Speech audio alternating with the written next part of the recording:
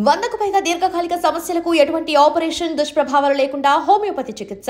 మీరు సినిమాలు చేసేటప్పుడు మీ తరంలో అంటే తరం అంటే మళ్ళీ మీ ఏజ్ గుర్తు చేయడం అది కాదు నా ఉద్దేశం. మీరు సినిమాలు చేసేటప్పుడు సార్ హీరోలని విపరీతంగా ఆరాధించేవాళ్ళు. అయితే దాంట్లో ఎలాంటి ఒక ఫేక్ ఉండేది కాదనమాట. అంటే ఎవరో పక్క నుంచి జనాలు పుల్ చేయడం అలాంటిది ఏమి ఉండేది కాదు. హీరో రోడ్ల మీదకి వస్తే దేవుళ్ళుగా చూసేవాళ్ళు. కృష్ణ గారిని కానీ, ఎన్టీఆర్ గారు కానీ, ఏఎన్ఆర్ గారు కానీ వాళ్ళందరినీ కూడా నిజంగా దేవుళ్ళలాగే చూశారు. అదంతా చాలా రియలిస్టిక్గా చాలా రియాలిటీగా జరిగిన సందర్భం అది. బట్ ఈరోజు ఇండస్ట్రీలో పరిస్థితి చూస్తే యూట్యూబ్లో పాటలకి వ్యూస్ కొంటున్నామని చెప్పి నిర్మాత చెప్తున్నారు, ట్రైలర్ వ్యూస్ కొంటున్నామని చెప్పి నిర్మాత చెప్తున్నాడు. సో జనాల్ని పుల్ చేస్తున్నారు.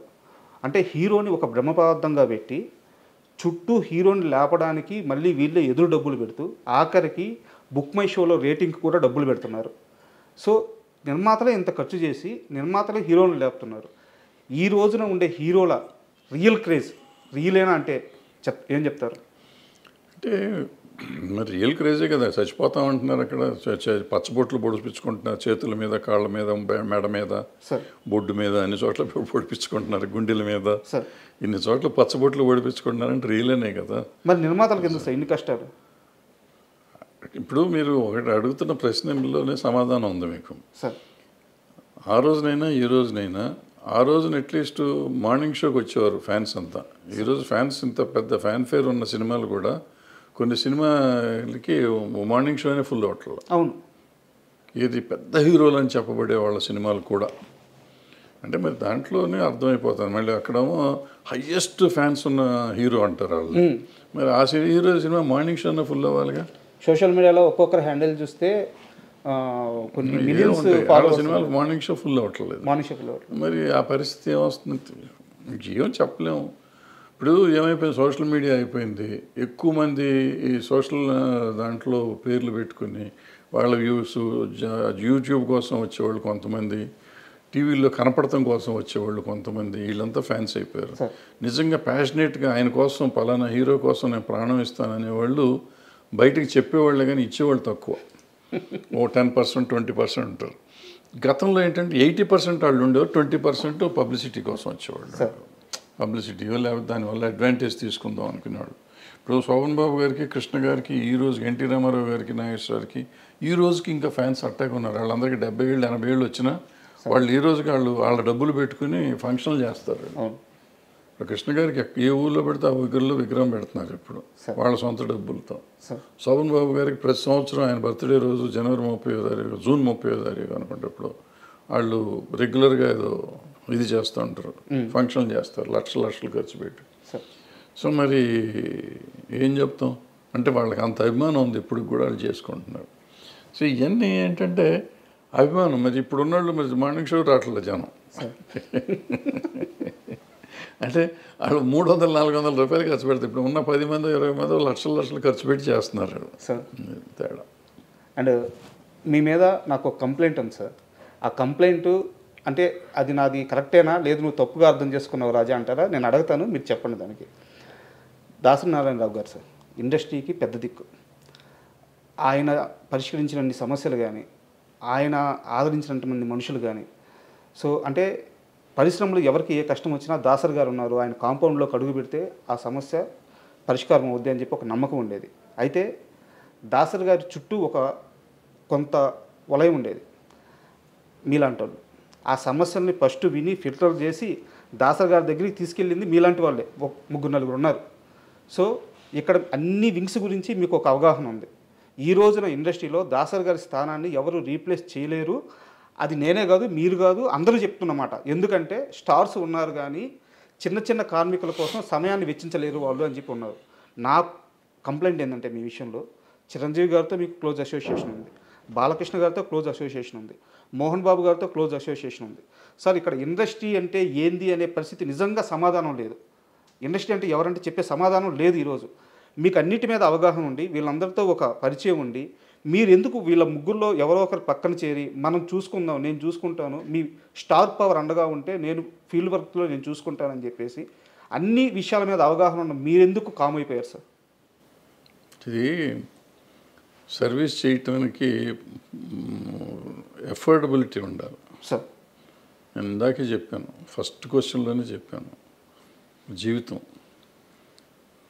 నిజ జీవితం వేరు, ఈ మీరు మాట్లాడుకోవటం వేరు. సార్ ఇప్పుడు మీరు నలుగురికి నేను అవైలబుల్గా ఉండాలి, సార్ 100 మందికి అవైలబుల్గా ఉండాలి. సార్ దాసనారాయణరావు గారి ఇంట్లో రోజు ఒక 100-200 కాఫీలు టీలు పెట్టేవారు. ఒక 30-40 మంది భోంచేసేవారు రోజు, 2 పూట్ల. సార్ సాయంత్రం టిఫిన్లో ఒక 40-50 మంది తినేవారు. సార్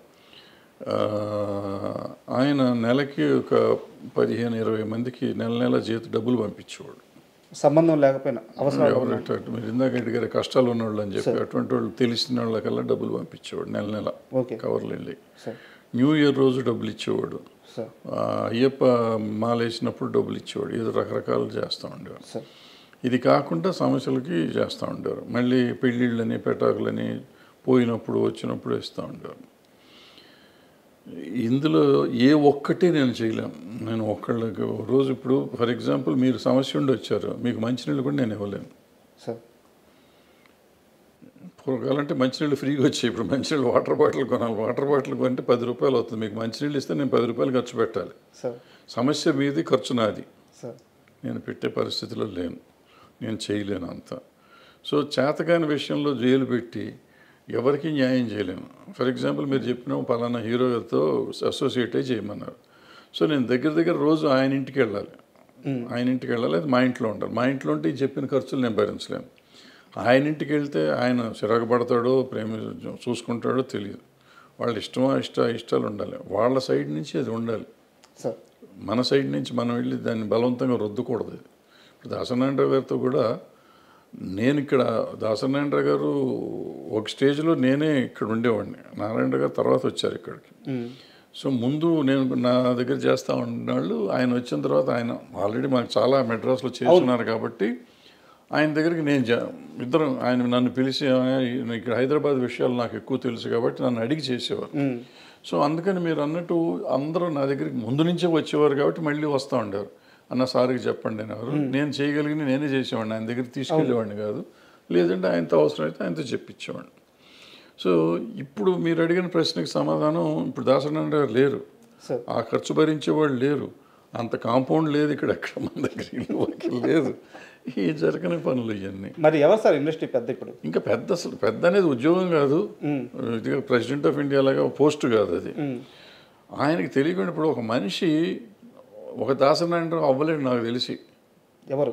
ఒక దాసనారాయణరావు కానీ, ఒక ఎన్టీ రామారావు కానీ అసలు ఈ ప్రపంచంలో, భూప్రపంచంలో ఇంకోళ్ళు అవరు, ఇంపాసిబుల్ అది. ఎన్టీ రామారావు అన్న కొంతమంది అవ్వగలరేమో కానీ దాసనారాయణరావు ఇట్స్ ఇంపాసిబుల్ ఇక అవటం. ఓకే, అది మనిషి మానవ మాత్రుడి వల్ల కాదు అది. ఒక మనిషి అన్ని పనులు చేయలేడు. ఆయన ఏంటి, writer, director, actor, distributor, exhibitor, producer, lyric writer, dialogue writer, story writer, paper editor, politician, MP, తర్వాత మినిస్టరు, ఇది కాకుండా కాపు సంఘం, ఆళ్ళ గొడవ, అక్కడ నాయకుడు, ఏది కాదు. ఈ సినిమా ఇండస్ట్రీలో పంచాయతీలు, అసలు ఒక రోజున 6 షూటింగ్లు 7 షూటింగ్లు జరిగిన రోజులు ఉన్నాయి. ఈ రోజుల్లో కూడా పంచాయతీ చేసేవాడు. మనిషికి ఎట్ట కుదురుతుంది? 6 సినిమాలకి డైలాగులు రాయాలి. ఒక సంవత్సరంలో ఆయన 12 సినిమాలు 14 సినిమాలు రిలీజ్ అయినాయి. ఓ మనిషి 14 సినిమాలు ఎట్ట రిలీజ్ చేయగలడు సంవత్సరంలో? షూటింగ్ ఎన్ని చేయాలి? నెలకు ఒక సినిమా తీసేయగలడా ఎవడన్నా? ఇవాళ తీస్తానికి 3 ఏళ్ళు పడుతుంది ఒక సినిమా తీస్తానికి. కథ రాయడానికే 2 ఏళ్ళు పడుతుంది. 6 నెలలు లేకపోతే కథ రాయమంటున్నారు ఇప్పుడు కొత్త డైరెక్టర్లు అందరూ. ఇప్పుడు ఈ పరిస్థితుల్లో ఆయన ఎట్ట చేసేవాడు ఏంటి? అలాంటి మనిషి అసలు రాడు. ఇవన్నీ ఉండగా పంచాయతీలు చేయటం, ఇప్పుడు నేను చెప్పిన యాక్టివిటీస్ కాకుండా పంచాయతీలు చేయటం, వీళ్ళందరి కష్టాలు వినాలి కదా. వచ్చినాడు ప్రతివాడి కష్టం వినాలి. షూటింగ్ చేస్తాడా? ఇప్పుడు ఆయన పక్కన 4 ఫ్లోర్లో షూటింగ్ జరుగుతుంది. 4 ఫ్లోర్లో షూటింగ్ సంగతి చూడాలా, లేకపోతే నా బోటి వాళ్ళకి డైలాగులు రాసి పెట్టేవాడు అది చూడాలా, లేకపోతే ఈ వచ్చిన పంచాయతీ చూడాలా, లేకపోతే ఈ కాపు సంఘం మీటింగ్ చూడాలా, చూడాలి? అందరూ అక్కడ బయట వెయిటింగ్లో ఉండేవారు. మానవుడికి సహజం, అది కుదురుతుందా? ఇవాళ మీరు చెప్పే ఎవరికన్నా, ఏ పెద్దలకన్నా కుదురుతుందా? చేయగలరా? ఇంపాసిబుల్. అది గురించి మర్చిపోండి. సో ఆ పెద్ద అనేది లేదు, పోస్టు లేదు, ఏం లేదు. ఆయనకి ఏదో వచ్చేసింది, జరిగిపోయింది. ఇంకెప్పుడు జరగదు ప్రపంచంలో. అది ఆయన తెచ్చుకుంది కాదు, ఆయన స్వభావం వల్ల, ఆయన మంచితనం వల్ల అది వచ్చింది. స్వభావం వల్ల వచ్చింది ఆయన.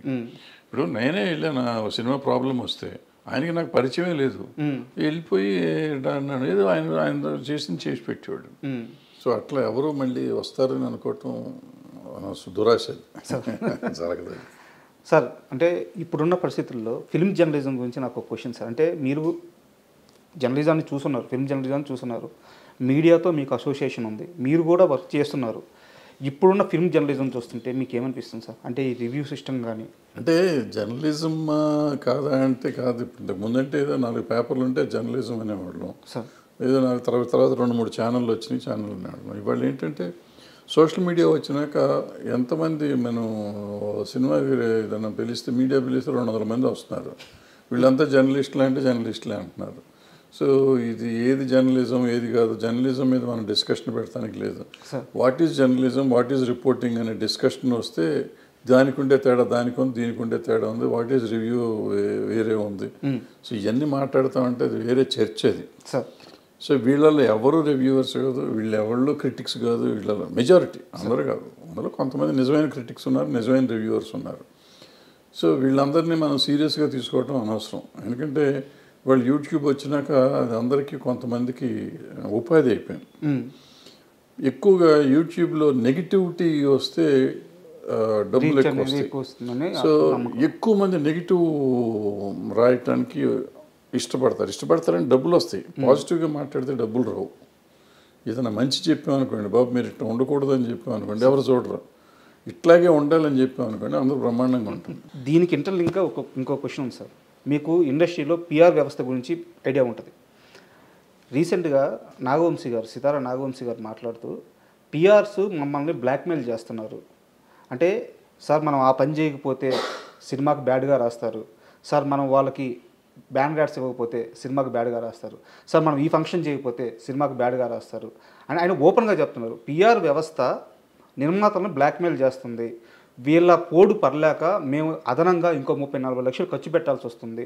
అంటే ఏ నిర్మాతకు కూడా ఆయన మాటల ప్రకారం నిర్మాతలకి పిఆర్ వ్యవస్థను కానీ, ఈ ఫిల్మ్ జర్నలిజంలో సోకాల్డ్ జర్నలిజం అని చెప్పుకుంటున్న వాళ్ళని కానీ ఎంటర్టైన్ చేయాలని ఏ నిర్మాతకి లేదు. అంటే నిర్మాతలను బ్లాక్మెయిల్ చేసే స్టేజ్కి ఈ పిఆర్ వ్యవస్థ కానీ ఫిల్మ్ జర్నలిజం కానీ వెళ్ళిందే? అసలు ఆ మాట తప్పది. ఇప్పుడు బ్లాక్మెయిల్ చేయబడే పరిస్థితులు నేను ఉన్నానా లేదా? నేను ఒక నిర్మాతగా నా కంటెంట్ని నేను నమ్మాలి. సార్ నేను ఎవరిలో చెప్పిన మాట విని చేయాల్సిన అవసరం లేదు. నాకు అవగాహన ఉండాలి. నేను సినిమా తీసినప్పుడు నేను ఇది చేస్తే ఇది ఉంటుంది, ఇది చేస్తే ఇది ఉంటుంది. సలహాలు తీసుకోవటం తప్పులేదు, సలహాలు ఎవరైనా చెప్తే వినటం తప్పులేదు. బట్ సలహాని ఎంతవరకు మనం వాడుకోవాలి అనేది మనం ఆలోచించుకోవాలి. పిఆర్లు ఏదో చెప్తూ ఉంటారు. ఇప్పుడు ఏమవుతుంది, ఇప్పుడు నేను ఏం చేస్తాను, సినిమా తీశాను అనుకున్నాను ఫర్ ఎగ్జాంపుల్. ఆ సినిమా తీసినాక ఒక సినిమా ఫ్లాప్ అయింది. ఫ్లాప్ అయితే నీ బోటోడు వచ్చి సార్ మీరు సరిగ్గా ప్రమోట్ చేయలేదు సార్ అంటాను. సరిగ్గా ప్రమోట్ చేయలేదంటే నేనేమంటాను, పిఆర్ని పట్టుకుని నువ్వు సరిగ్గా పిఆర్ చేయలేదురా అంటాం. పిఆర్ చేయలేదంటే ఆ పిఆర్ ఏమంటాడంటే నువ్వు అదిగో అక్కడ కవర్ ఇవ్వలేదు, లేదా ఇక్కడ నువ్వు ప్రీ రిలీజ్ ఫంక్షన్ పెట్టలేదు, లేదంటే ఆడియో ఫంక్షన్ పెట్టలేదు, ఏదో పెట్టలేదు, పెట్టుంటే పబ్లిసిటీ అయ్యేది, లేదంటే సోషల్ మీడియా వాళ్ళకి డబ్బులు ఇచ్చి ఉండాల్సింది, లేకపోతే నువ్వు ఇందాక చెప్పినట్టు ఆడియో కొని ఉండాల్సింది, వ్యూవర్షిప్ కొనాల్సింది, ఇటువంటి రకరకాలు ఏదో చెప్తూ ఉంటారు. ఇవన్నీ చేసినప్పుడు మిలియన్స్ ఆఫ్ వ్యూస్ వచ్చిన సాంగ్స్ వచ్చిన సినిమా ఉంది, దానికి ఓపెనింగ్ రాని సినిమాలు చాలా నేను చెప్పగలను, పేర్లు చెప్పగలను. మరి ఎందుకు రావట్లేదు అంటే ఏది బ్యాడ్ టాక్ అంటారు, బ్యాడ్ రివ్యూస్ అంటారు. మనకి మొన్న వచ్చిన కల్కి సినిమా ఉంది, 2.5 ఇచ్చారు చాలామంది, బ్యాడ్ రివ్యూ కూడా ఉంది. మరి అది చాలా 1200 కోట్లు 1300 కోట్లు చేసిందిగా. మరి ఎందుకు చేసింది? దేవరా సినిమా పోయిందన్నారు, దానికి 2.5 ఇచ్చారు, మరి అది 300-400 కోట్లు చేసిందిగా. సో ఇవన్నీ రివ్యూలను చూసి వస్తారు జనం, రివ్యూలు చూస్తే రారు, లేకపోతే పిఆర్ చెప్తే చేశాడు అనేది. మనం మన సినిమా తీసి సార్ వర్షం వచ్చింది అందుకే నాకు కలెక్షన్ లేవు, ఎండ ఎక్కువగా ఉంది కలెక్షన్ లేవు, మరి పక్క థియేటర్లో సినిమా ఫుల్ అవుతుంది, పక్క థియేటర్లో సినిమా ఫుల్ అవుతుంది, నా థియేటర్లో ఫుల్ అవట్లా. నా సినిమాకి ఎండ, నా సినిమాకి వర్షం వస్తుంది, కానీ పక్క సినిమాకి ఎండ వర్షం రాదా? సో ఇవన్నీ మనం వంకలు పెట్టుకున్నాం, వంకలైనా మాకు డొంకంతా తిరిగింది అంటారు. అది అండ్ పిఆర్లు తప్పేం లేదు. పిఆర్లు వాళ్ళు పాప మంచి చేయాలని అనుకుంటారు. ఏమవుతుంది, పక్క సినిమాకి వాళ్ళు పాత ఇంకో పిఆర్ అది చేసి ఉంటాడు. అది చేసినప్పుడు ఆ సినిమా లక్కీగా ఆడి ఉంటుంది. పిఆర్ చేసినందుకు ఆడతారు. ఫస్ట్ మనం తెలుసుకోవాల్సిన ప్రొడ్యూసర్గా ఎవ్వరు చెప్పింది జరగదు, మనం చెప్పింది జరుగుతుంది, మనం అనుకున్నదే జరుగుతుంది. మనం అనుకోవాలి, మనం డిజైన్ చేసుకోవాలి, ప్రతిదానికి మన ఇన్వాల్వ్మెంట్ ఉండాలి. Master of the film, master of the product you should be the producer. అది అయితే ఇవన్నీ రావు, ఇవన్నీ secondary. Of course hero centred industry, hero మూలన నీకు ఓపెనింగ్ వస్తుంది. బట్ ఆ సినిమాలో కంటెంట్ లేకపోతే ఏమి లేదు. ఆ కంటెంట్ ఎవరు ఎన్నుకోవాలి, నువ్వు ఎన్నుకోవాలి. లేదు నా హీరో నా మాట ఏం లేదు, ఆయన చెప్పింది నేను చేశాను, ఆయన డేట్ల కోసం నువ్వు ఎంపర్లాడినప్పుడు you are doing a businessman. నువ్వు when you are a business మ్యాన్గా నువ్వు చెయ్యి. ఇంకా నీ నువ్వు పిఆర్ని పెట్టుకున్నందుకేగా. ఇంకా పిఆర్ బ్లాక్మెయిల్ చేస్తున్నాడు అంటే ఎందుకు? పిఆర్ చెప్తాడు 30 లక్షలు కదా 50 లక్షలు ఖర్చు పెట్టమంటాడు, నువ్వు పెట్టు. లేకపోతే ఈ పిఆర్ని తీసి అసలు నువ్వే చేసుకో, ఎవడొద్దన్నాడు? దాని మీద కంప్లైంట్ ఇవ్వటం ఎందుకు? సార్ మొదటిసారి అంటే